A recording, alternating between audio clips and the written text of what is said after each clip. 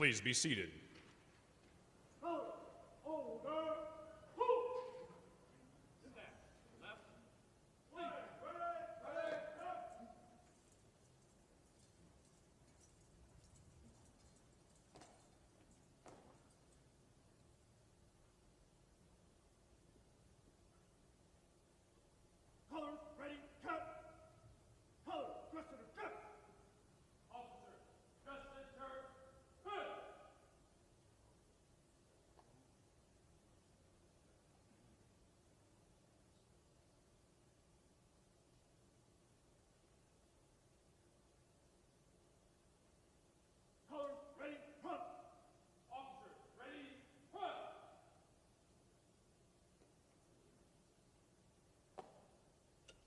The history of the 3rd United States Infantry Regiment reflects the growth and development of our nation. 55 well-earned battle streamers, 2 valorous unit awards, 3 meritorious unit commendations, and 5 superior unit awards attest to the Old Guard's record of bravery in action and achievements during peacetime. In 1922, the War Department granted permission for the Old Guard to pass a review with bayonets fixed. The Old Guard will now fix bayonets to the traditional beat of the drum.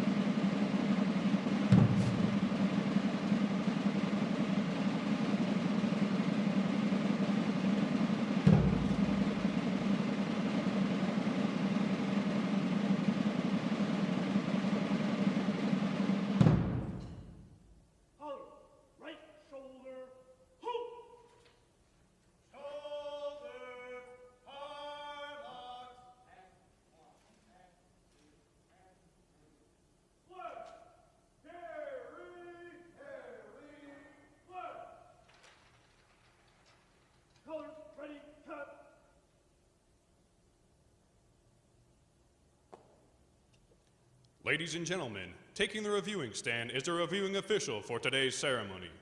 General John F. Campbell, former commander, Resolute Support Mission, NATO and Commander, United States Forces, Afghanistan.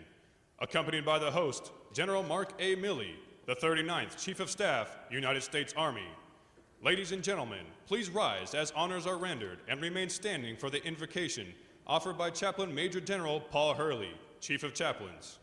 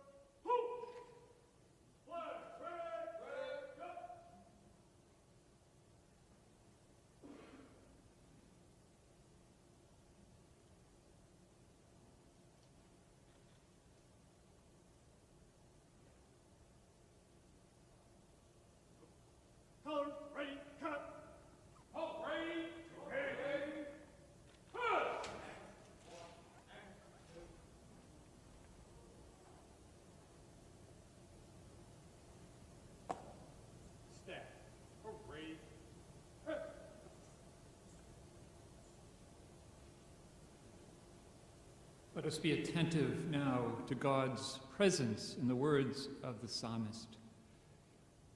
Planted in the house of the Lord, they shall flourish in the courts of our God. They shall bear fruit even in old age. They will stay fresh and green. Let us pray. Almighty God, in your word we hear the bounty of your produce through the heart devoted to serving others. General Campbell demonstrated the holiness of your call to lead and care for soldiers and their families. Be with us in this time as we recognize the sacrifice and example of General Campbell and his family. We thank you for the gift of unity and peace given to this servant leader, shared and poured out through this humble care for those you entrusted to him. May you continue to pour your graces upon him and his family's life as they go forth to serve both you and this great nation. Amen. Please be seated.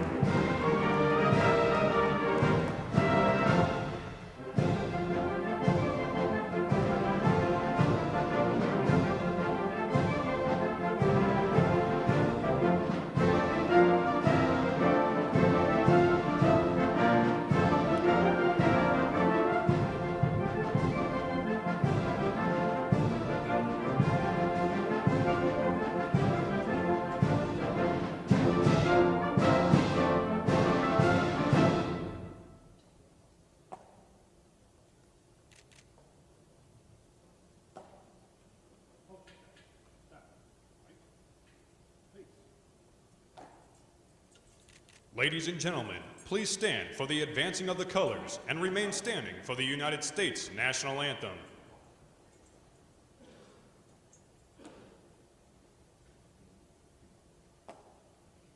Colors, forward, march!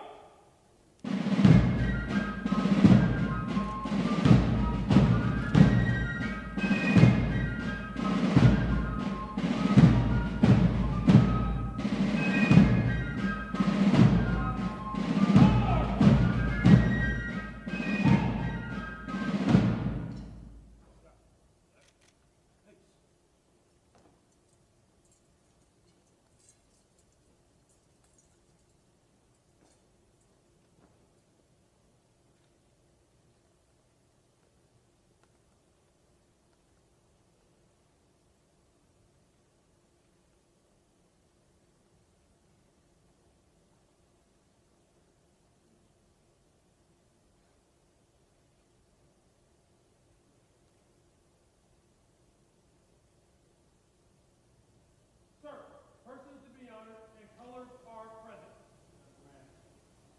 Shoulders are locked. And one, and two, and three. Present. Present. Four. Staff. Present.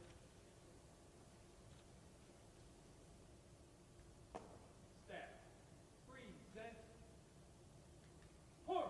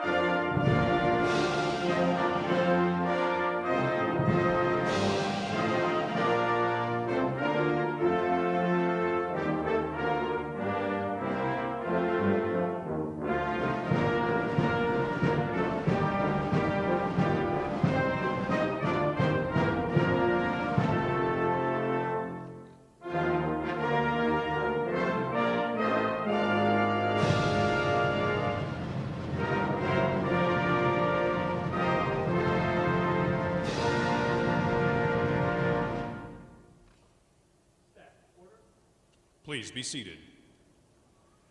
Order. Four. Order. Are locked. Left. Order. Left.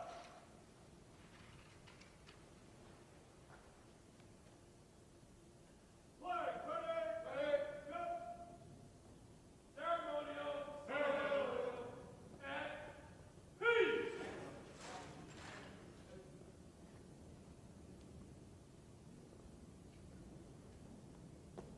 Staff. Ceremonial. At peace.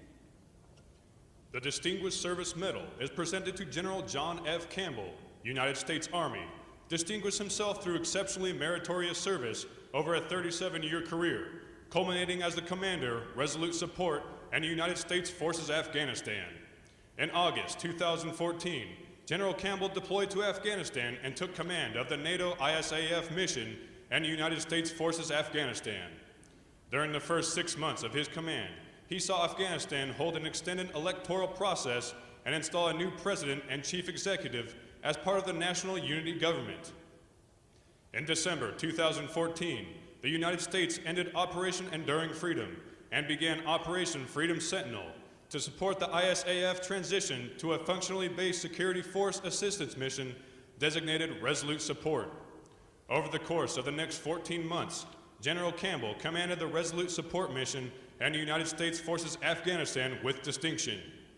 As the primary advisor to the President of Afghanistan, the Ministers of Defense and Interior, and the National Director of Security, his influence during the era of national unity government will have long-lasting strategic impacts in Afghanistan and the region.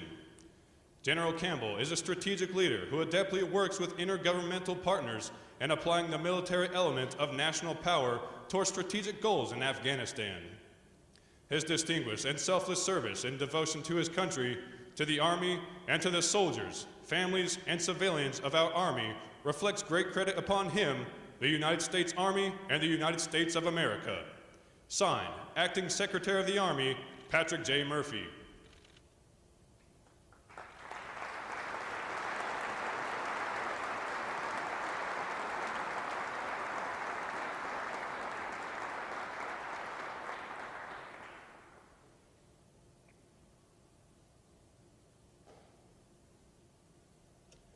Headquarters, Department of the Army, Special Orders. By order of the Secretary of the Army, the following soldier is retired. General John F. Campbell, United States Army.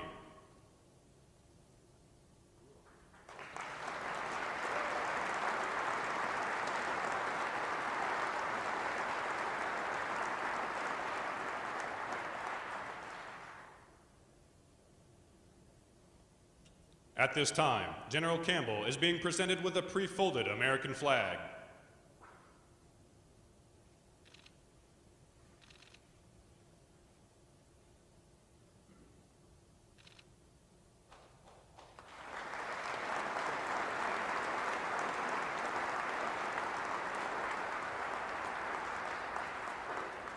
On the occasion of retirement of this distinguished soldier, we also recognize the outstanding service of his spouse, Mrs. Campbell.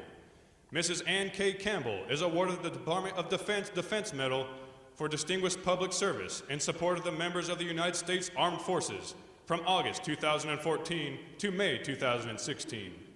Mrs. Campbell's patriotism and sincere personal involvement in the welfare of service members and their families earned her profound respect from the military community.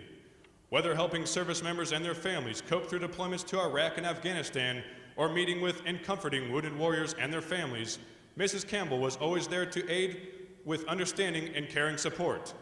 The distinctive accomplishments of Mrs. Campbell reflect great credit upon herself and the Department of Defense. Signed, Ashton B. Carter, Secretary of Defense.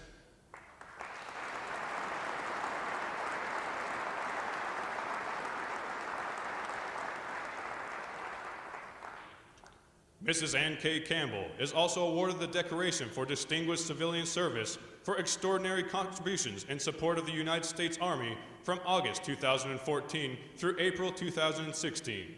During this period, she tirelessly worked to improve resiliency and quality of life programs for our men and women in uniform, volunteering her time and skills to military and community organizations focused on children, veterans, and those suffering from post-traumatic stress and traumatic brain injury. Whether helping soldiers and their families cope through deployments to Iraq and Afghanistan, or meeting with and comforting wounded warriors and their families, she always provided aid and assistance with understanding and caring support. Mrs. Campbell's accomplishments culminate 30 years of dedicated service and are a great credit to her, the military family, and the United States Army. Signed, Acting Secretary of the Army, Patrick J. Murphy.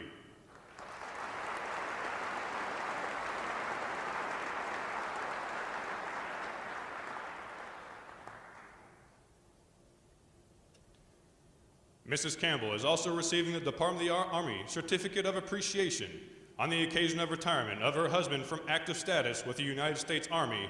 Mrs. Ann Campbell has earned grateful appreciation for her own unselfish and faithful devoted service.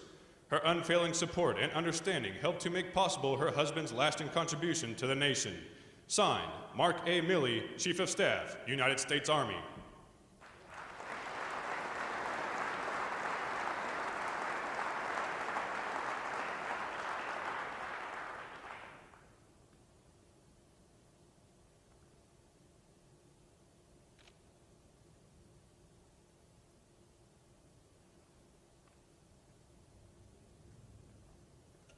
At this time, ladies and gentlemen, on behalf of General Campbell, an Old Guard soldier is presenting Mrs. Campbell with a bouquet of red roses in appreciation for her dedication and support. General Campbell's daughter, Jennifer Campbell, is also being presented with a bouquet of roses.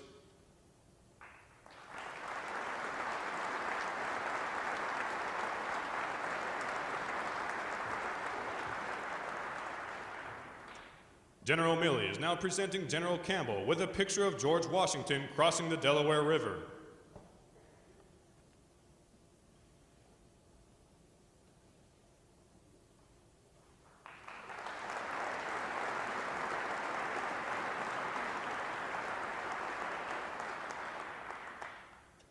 We are proud to recognize General Campbell's devotion to our country, and we wish him happiness and prosperity in his well-earned retirement.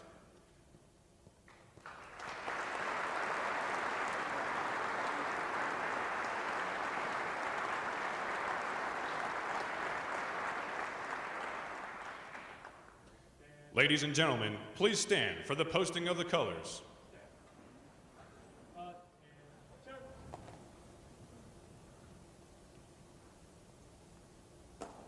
Old Guard. Attention. Flag. Very flag.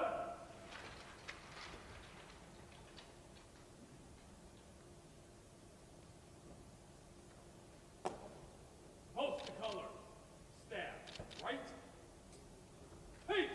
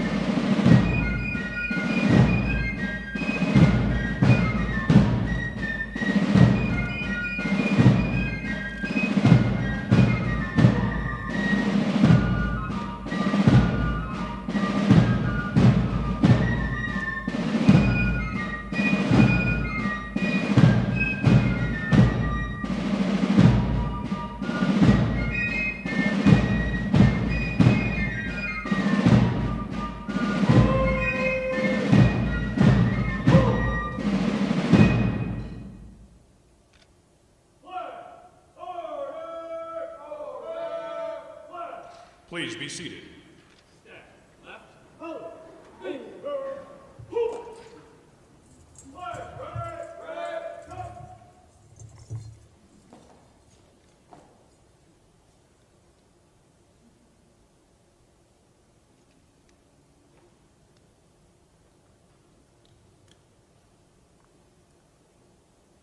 Hold. Ready. Cut. Ceremonial.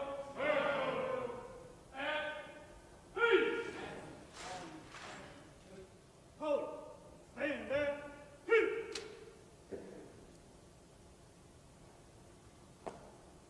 Staff. Ceremonial. Act. Peace. Ladies and gentlemen, General Milley. Hey,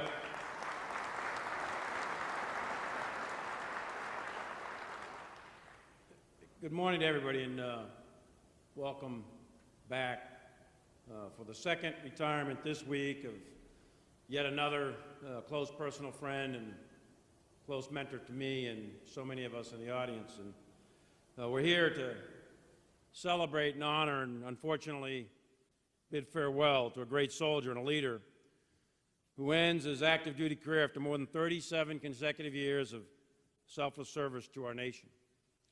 General John F. Campbell, a soldier, a leader, who every day lived the Army values and dedicated himself to the soldiers he led, to the Army, and to the nation.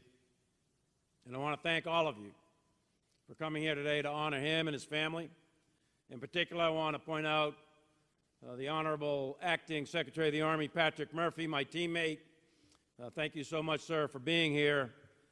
For General and Mrs. Dunford, Chairman of our Joint Chiefs of Staff, we're so blessed to have you here and so blessed to have you as our chairman. We've got a lot of distinguished guests. We've got former Chief of Staff of the Army, Gordon Sullivan, and former Vice Chief of Staff of the Army, Dick Cody, here. We've got lots of fellow four stars in particular Rod and Ginny and Scap and of course Lloyd Austin and Charlene. We got Tony Thomas and Abe Abrams, Dennis Vi, and thanks Sergeant Major Troxel for being here, for representing the tens of thousands of great enlisted soldiers. And thanks also to my teammate, Vice Chief of Staff of the Army, Dan Allen, and his lovely wife for being here today. So to all the general officers, the senior executives, the command sergeant majors, and the Army staff, thank you. And earlier this week, when we retired General Lloyd Austin, based on the sound of the class of 75, I was going to have a new motto, class of 75, hardly any alive. But a special welcome today to that top-of-the-line 79.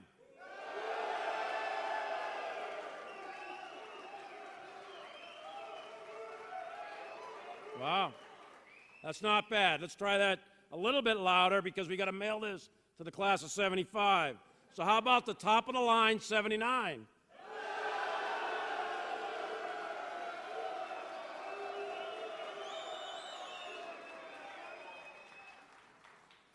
It's actually amazing, according to JC, that any of you actually graduated and got commissioned. But thanks for being here. Thanks for being here, and we appreciate you honoring us as the last of 79 exits active duty. And also, I want to recognize the great Johnny Davis and the entire Old Guard, who once again, day in and day out, honors us with your expertise and your precision in all the ceremonies you do, not only here but around the country. Thanks, Johnny, for everything you do and all the troops in the Old Guard.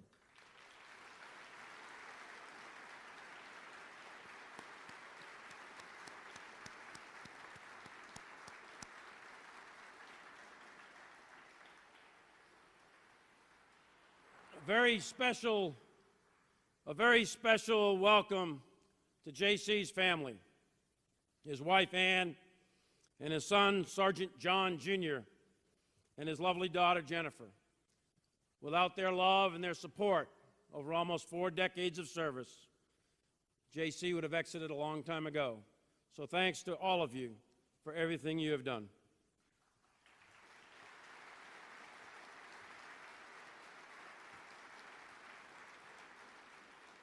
And John comes from, I could say John, I meant JC. Why am I calling you John, son? You're not retired yet. You'll be John in the civilian world. So for JC, his father also served, is not with us today. But for 22 years, he served in our Air Force, Ernie Campbell. And he's been an example for JC over the years, and he's instilled in him the foundational values of duty, honor, country, and motivating him to a life of commitment and service to our nation. So although not here, JC, I know your father and mother are both very, very proud of you. And for John Jr., you have followed in your father's footsteps, serving in the 101st Airborne Division, the 82nd Airborne Division, and the 1st Cavalry Division. And you're deployed to multiple tours in combat in Afghanistan. So Sergeant Campbell, thank you also for your service.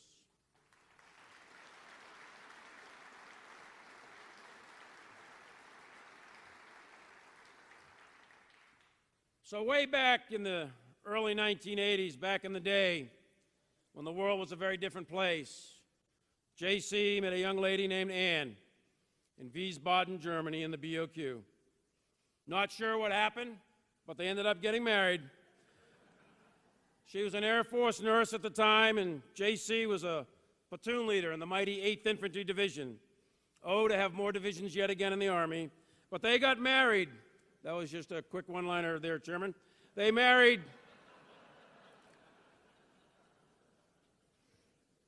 They were married in September of 1984. And now they're getting ready to celebrate their 32nd year together, and finally, they will actually be together.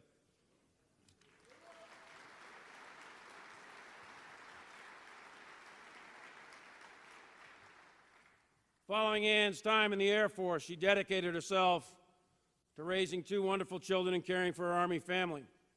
She's volunteered and worked in every family readiness group throughout JC's career and helped countless military families through deployments, field exercises, CTC rotations, and day-to-day life.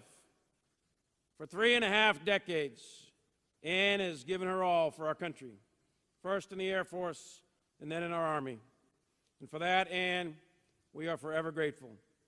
We owe you an incredible debt of gratitude that can never be fully repaid. So on behalf of Holly Ann and all of the spouses and family members of our Army, thank you so much for all you've done.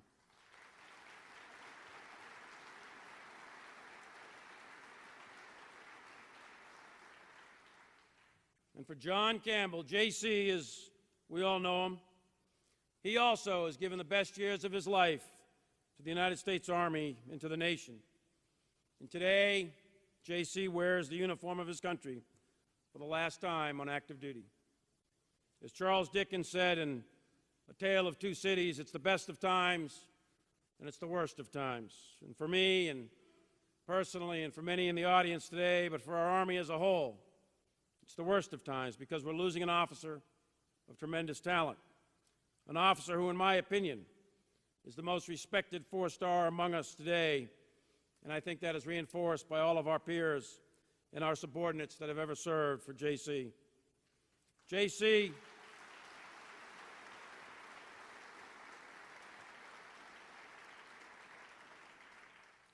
is an officer of vast experience, not only at the tactical level, but in the complexities of military operations at the operational and, most importantly, at the strategic level. And we are losing a longtime friend, a mentor, a confidant, and very much so, a brother, in ways that few in this room or anywhere else will ever know. But at the same time, it's the best of times. And we should all be happy for JC and his family as he closes a remarkable military career and turns a new chapter in his life, finally reunites with his family after so many long, long years of back-to-back combat deployments. A new chapter that will provide JC and his family opportunities in new ways to continue to serve our nation and its soldiers. JC has been a true national treasure since his graduation on the plane at West Point in 1979 as an infantry officer. He's always done the tough jobs, and he's done them in quiet, professional, and selfless ways with exceptional competence and character. He's done all the grinding, tough staff jobs, like Brigade S3 in the 82nd Airborne Division, the 101st Airborne Division's G3, the Joint Staff J33 DDRO, and so many, many others. He's led troops and commanded at every level, from platoon and company through four-star command, during multiple wars and contingencies in places like Haiti and Afghanistan and Iraq. He has advised presidents and ministers of defense and worked with and led our coalition partners and friends. JC commanded the famed Devils in Baggy Pants, the 504th Parachute Infantry Regiment of the 82nd Airborne Division, and shortly after 9/11, he led them as the 2nd Brigade Combat Team into Afghanistan in the early days of that war 15 years ago. And he, like the rest of the Army, has been on the deployment treadmill ever since. He was promoted to brigadier shortly thereafter, and as the Deputy Commanding General of the 1st Cavalry Division, serving in Baghdad at a very violent period of time, he is widely credited with being the force that held that division together in the tough and intensely violent situation leading up to and then executing the surge.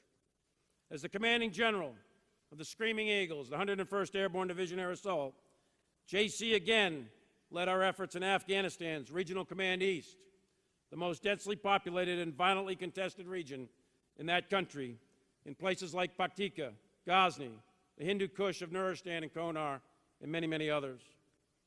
He was responsible for over 30,000 coalition service members and the training of 65,000 Afghan national security forces.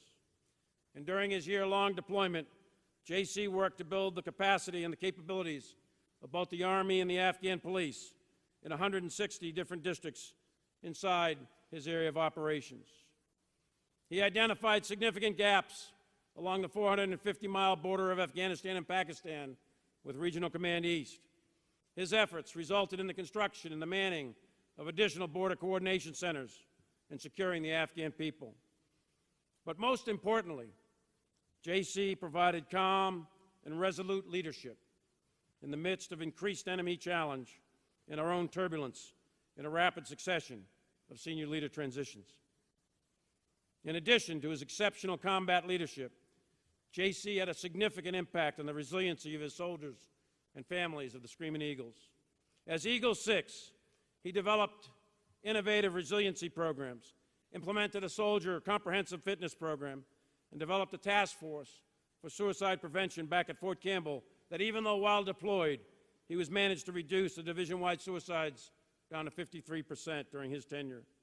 By implementing these and many other programs, J.C. ensured his soldiers were fit, their families were cared for, and they were well-trained and well-led. Following the Screaming Eagles, he was promoted to Lieutenant General, and he served as the lead, the transition team lead for General Odierno as he prepared to become the Chief of Staff of the Army. And following his successful transition duties, he was duly punished for his great work by being promoted and sentenced to 18 months as the Army's G3 during the challenging budget times in the lead-up to sequestration cuts. So that punishment wasn't enough, so he was soon rewarded with an extension on his sentence for good behavior, and he was promoted to Vice Chief of Staff of the Army. Again, a calm island in the middle of a raging storm here in D.C., all around the budget.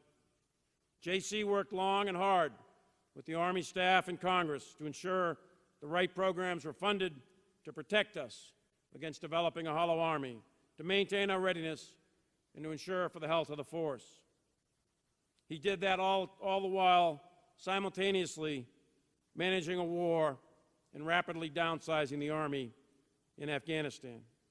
In only a year and a half as the Vice, J.C. had an incredible positive impact on our entire Army in so many unsung and thankless ways.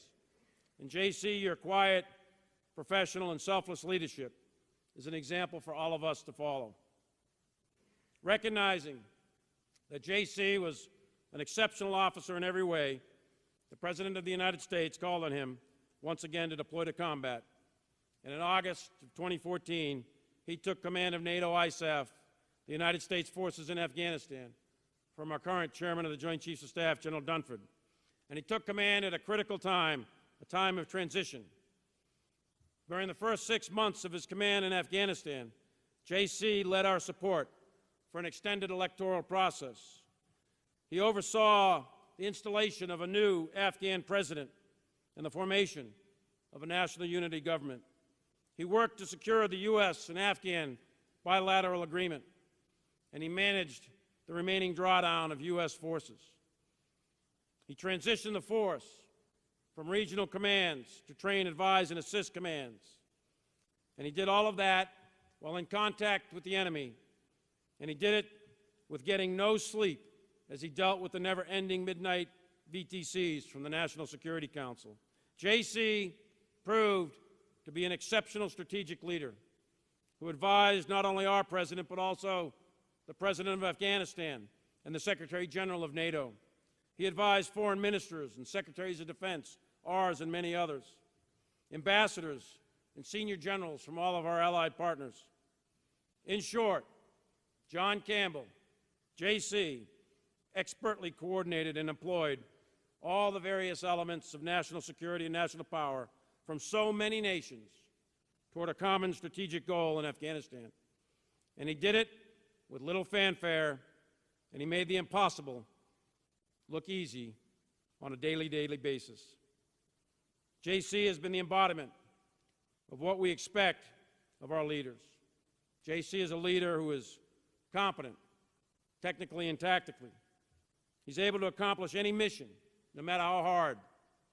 He's a leader who is committed to his soldiers, his country, and his family. A leader who is extraordinarily humble in everything he does. A leader who is loyal in all directions to his superiors, his soldiers, and to his teammates on his left and right.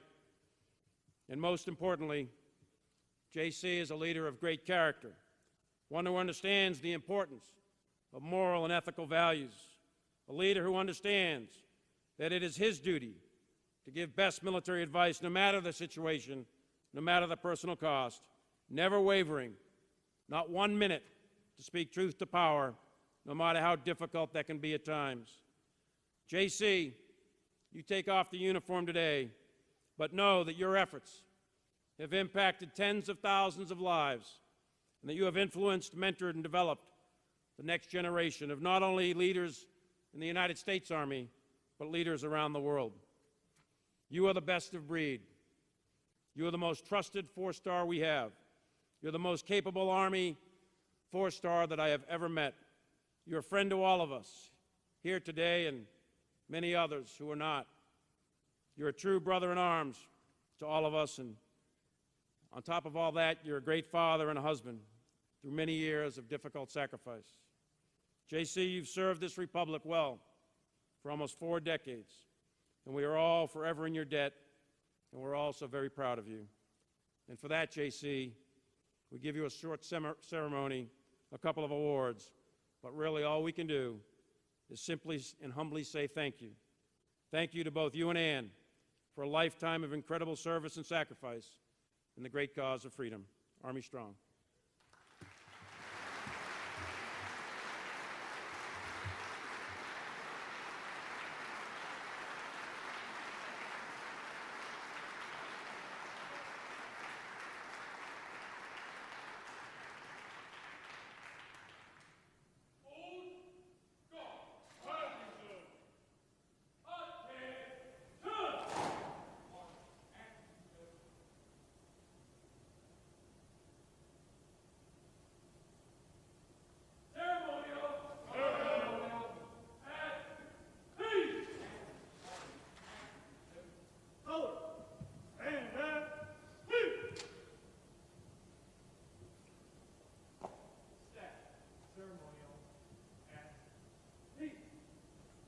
Ladies and gentlemen, General Campbell. Thank you.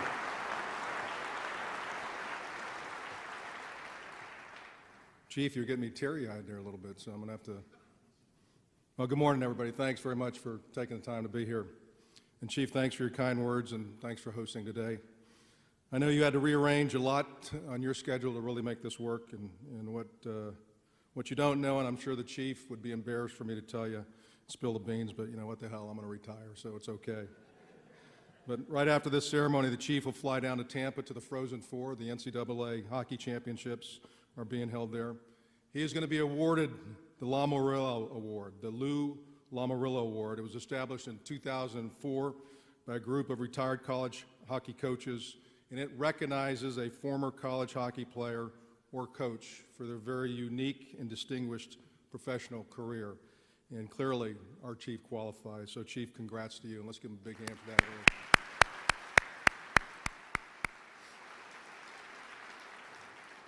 Both Ann and I appreciate what you and Holly Ann do and will continue to do for our soldiers and families for many more years. So thank you both very, very much for taking on this very, very tough assignment in this tough time. Well, nothing makes you feel old like a retirement ceremony. And let me tell you, this has been a tough few days.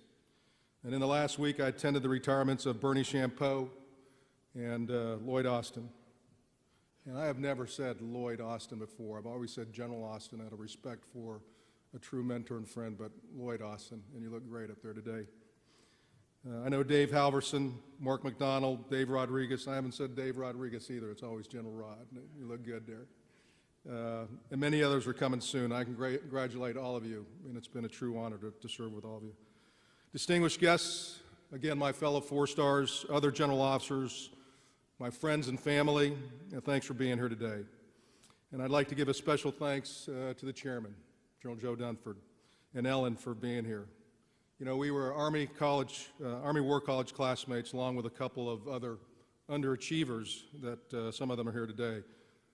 Dennis Vi, Bernie Champeau, Jim Huggins, Mark McDonald, Tom Semonite, Leo Brooks, and I think that class did okay. As I think back to 1999 when we graduated, I don't think any of us had a real appreciation that our year, or that year at the War College, would be our last normal year, and that everything after that was going to be hard. and we did not know this. But what we did know is that there was something special about our classmate, Joe Dunford. We were so lucky to have him as our chairman, and with all the uncertainty and complexity we face in the world today, I think all of us can sleep a little bit better knowing that Joe Dunford is providing military advice to the Secretary of Defense and to our President. So thanks to Joe and Ellen for taking on yet another very, very tough and challenging assignment. Thanks very much.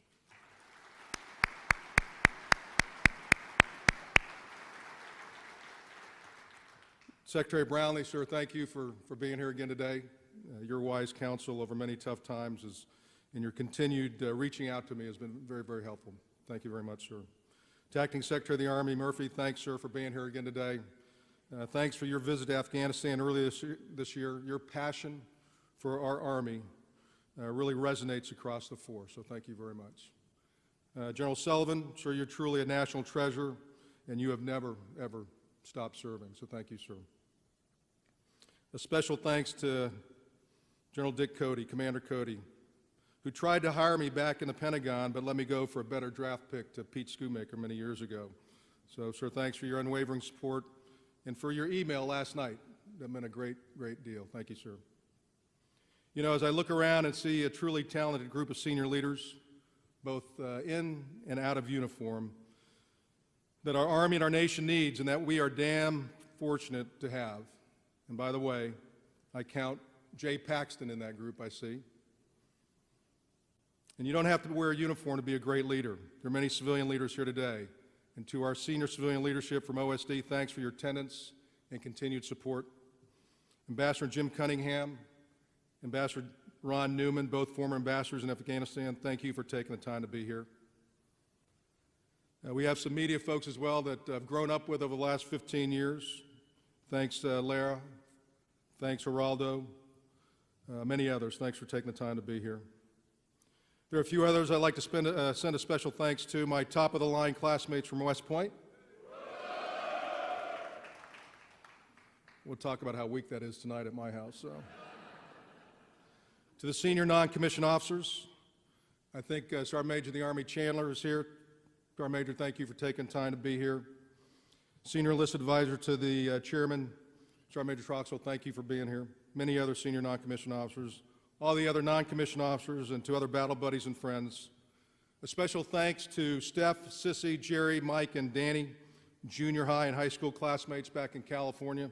Thanks for traveling very far to be here. Thank you all for coming.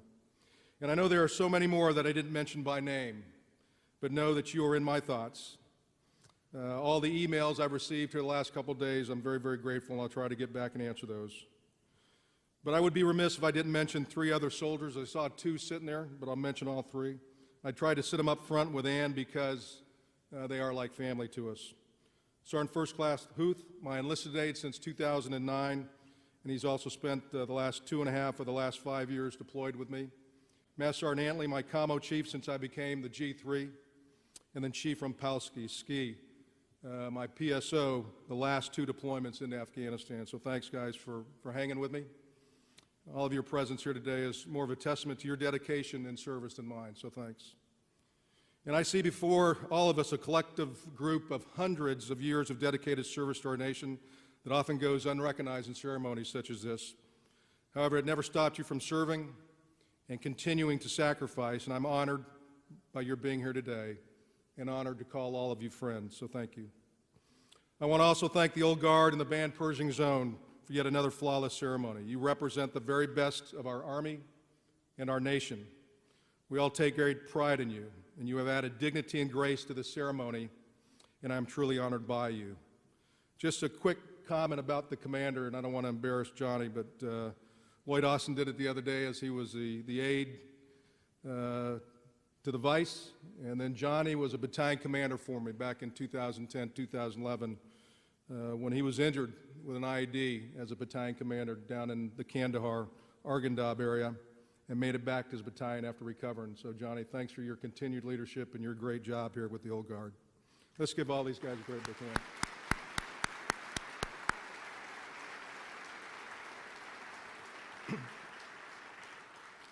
I know these events do not organize themselves, and I sincerely appreciate all the hands that brought this together. especially Elizabeth Simpson and the rest of the Army team from Protocol. So from the bottom of my heart, I truly thank you for the time and care you put into making this event happen. Thank you. For all old soldiers, this day must eventually come, the day when we finally say goodbye to a passion and a lifestyle that has shaped almost everything that we are. And ours is more than a profession, more than an occupation. And for most of us, it's a conscious decision to give everything we have in defense of our nation, not expecting anything in return.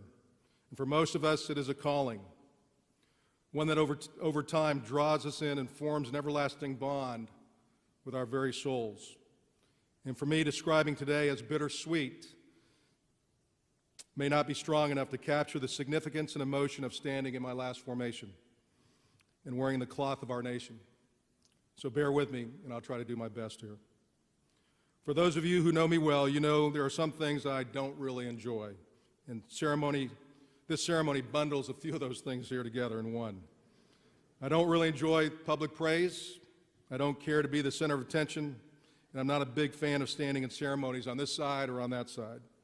And I suppose not liking ceremonies might be connected to my first day at West Point, where they don't even give you a break on the first day, and they have you marching in a parade about 6 hours after you show up, rifle and all. So thankfully, I didn't have to display much of my marching skills today.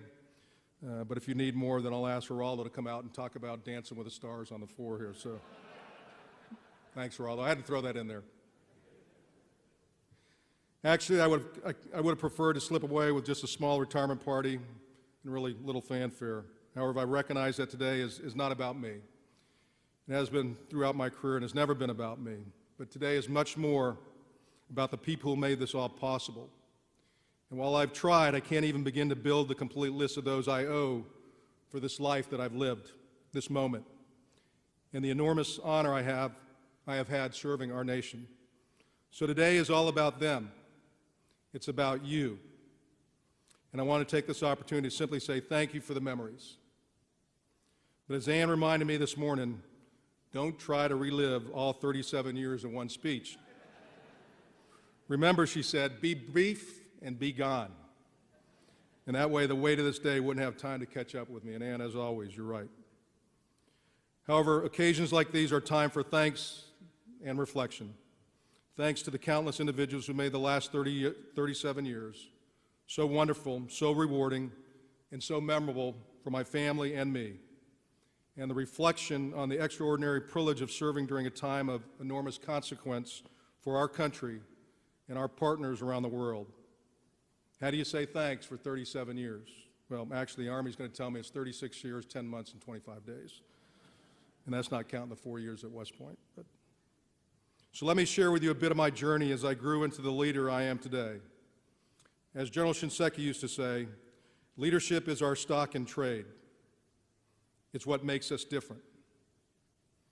What I know is that leadership is fundamentally about people. That is what gives us purpose. It drives us. You see, leadership is about solving problems and getting people to do what you want them to do with enthusiasm. It's about getting them to place their needs and their own personal interests behind common goals for the common good. I bend my career into 3 time frames. The first one, West Point in the early years. The second one, captain through lieutenant colonel. And then finally, colonel through general. And that last one has been spent mostly as a nation at war, where we all have been consumed by the crucible of combat in Iraq and Afghanistan. And spanning all 3 of these time frames is my time with my family, which is never enough. And in all, the time has passed way too fast, with the past 15 years being just a blur. Raising my hand in the summer of 1975 as a brand new West Point cadet, reciting the oath of office for the first time, I can remember that day almost 41 years ago as if it were yesterday, flying from San Francisco to New York City with Gary and Jerry Butler, and I think Jerry's here today. We stayed the night before reporting in a hotel called the Piccadilly Circus. No kidding, Piccadilly Circus. The next morning we got on a bus to West Point, and that was the first time I had ever laid eyes on the plains of West Point, and then meeting a cadet in the red sash. And so I, along with the members of my class, joined the long gray line and began forging the friendships that have sustained me ever since. In fact, as I noted, there's a special band of brothers here today, and the chief called them out. Again, I'd ask them to stand and be recognized. At top of the line, 79.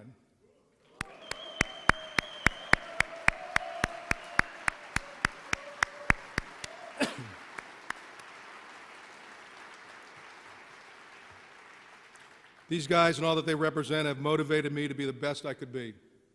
They have served in uniform and out, business leaders, leaders of community, and I'm extremely proud to be among their ranks. And we had 25 general officers come out of the class in 1979. Like so many, my intent was to do my 5 years and get out. But then I got to my first duty station in Wiesbaden, Germany, 3rd Battalion, 28th Infantry Black Lions, commanded by Lieutenant Colonel Dick Davis. And incidentally, I was able to serve with him again in his final assignment as a Deputy Commander, 18th Airborne Corps years later. But this 1st Battalion, and more importantly, the officers and the NCOs and the soldiers convinced me to give this Army thing a chance. My 1st Company Commander, Bulldog Wilson, my 1st Platoon Sergeant, Sergeant First Class Guy, they and all of those officers in that battalion are the reason I decided to remain after my 5-year commitment. Most importantly, I also met my future wife, Ann, during my first assignment. Ann was an Air Force nurse, as the Chief talked about, but not to associate a date to this. Her first duty day in the Wiesbaden Air Force Hospital was the day that the Iranian hostages were released back to Germany. But today, from that battalion, Bernie Champeau, Kim Kadish, Tony Jones, Freddie Schultz, Jim Warner, Steve Anderson, Guy Boer, Rory Myatt, Jimmy Witt. I think many of those guys are here today. Thanks, guys, for coming, and thanks for the friendships for the years that we've had. It is during this time that the leaders I had invested their time in developing me, even when there were moments I didn't show enough promise to really make it through the end of the week, let alone a few decades. So I can't thank them all enough. And thanks for keeping all the pictures and videos and everything quiet for the last 40 years.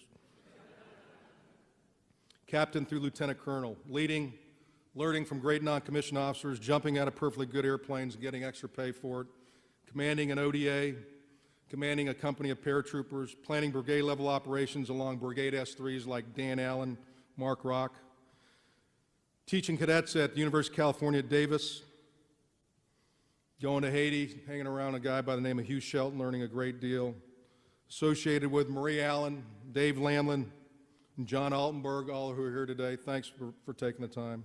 Commanding light fighters in Hawaii, spending all-nighters in the Jod in the basement of the Pentagon with then Colonel Lloyd Austin for Y2K. These were times I consider priceless and so critical to the development of the officer I was becoming. Colonel through General. And for this time, I feel most blessed to have had leaders that continue to teach me, provide counsel. One important senior non-commissioned officer here today is Command Sergeant Major retired Gary Kalinowski from Brigade Command in Afghanistan and the 82nd Airborne Division. Thanks, Ski. You are my airborne buddy for life. XO to the 35th Chief of Staff, Pete Schoonmaker.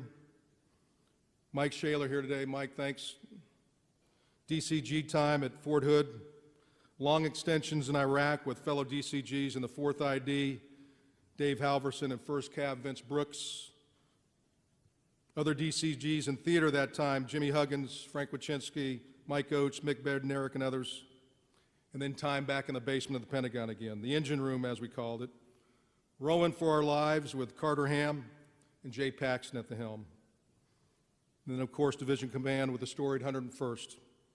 And Command Sergeant Major Schroeder, I think here today, the epitome of a warrior, and now the FORSCOM Command Sergeant Major. And DCG, Steve Townsend, Warren Phipps, Sonny Uberti, Chief of Staff, Pete Johnson, and my boss at that time, General Rod.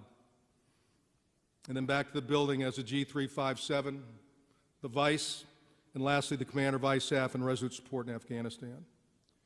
And while it sounds like I just read my bio, I just wanted to acknowledge the amazing opportunities I've had and how blessed I've been. And while I feel fortunate to name the names and list the assignments, what I feel most lucky to have is that fourth group, my family. My dad couldn't be here today. Today actually is his 87th birthday, and he's hanging out in Kingsland, Texas, not able to travel, but Dad, my thoughts are with you. Again, in that regard, I want to pay tribute to the other great passion of my life, and I want you all to know what my family means to me. The strength of a soldier is often found in his family. They are the ones that sacrifice a great deal so that we can soldier on. They also endure the deployments and other times away from home. They also must leave friends behind every few years to try to adjust to new surroundings. They also must deal with late-night meetings and unexpected cancellations of family vacations, and I'm no exception. As I conclude 37 years of service, I must thank my wife, Ann, my son, John Jr., and my daughter, Jennifer, for allowing me to be a soldier. And without them, I would not have made it this far, as the Chief said. My daughter, Jennifer, who's been dealt some very tough hands and bad luck and has struggled with many different health issues the past few years, but has amazed me with her resilience and her continued efforts to get back on track. So I'm very, very proud of you, Jennifer. And my son, John Jr., already with 2 combat tours to Afghanistan, one with the 82nd and one with the 101st, a commendation for valor to boot. So proud of him as he and his desire, so proud of him as well as desire to serve our country. And then to Ann. Like too many of you here, I married up. We dated for 3+ years. She hung around with my lieutenant buddies. She put up with all of our shenanigans, yet still she took on being an Army spouse, knowing what it meant, many moves, the separations, never having the opportunity to build her own career. She is my rock, my best friend, my harshest critic, and also an Army mom. And for the record, she has been to see more soldiers at Walter Reed than I. She's attended more memorials and provided a shoulder for so many young wives that have been burdened over the years. From Girl Scout leader to Boy Scout leader to soccer mom and so many other activities that I missed, to raising our kids, she is my source of strength. I owe her so much, and now is my time to start trying to repay a debt that I could never satisfy and make up for, but I'll give it my best shot. So Ann, I love you dearly.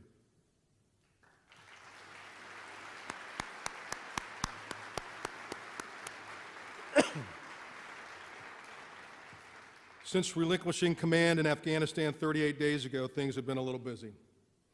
And in between the medical appointments, house hunting, out processing, all of those things associated with transition, I've reflected on everything that has happened in the last almost 41 years since arriving at West Point in the summer of '75.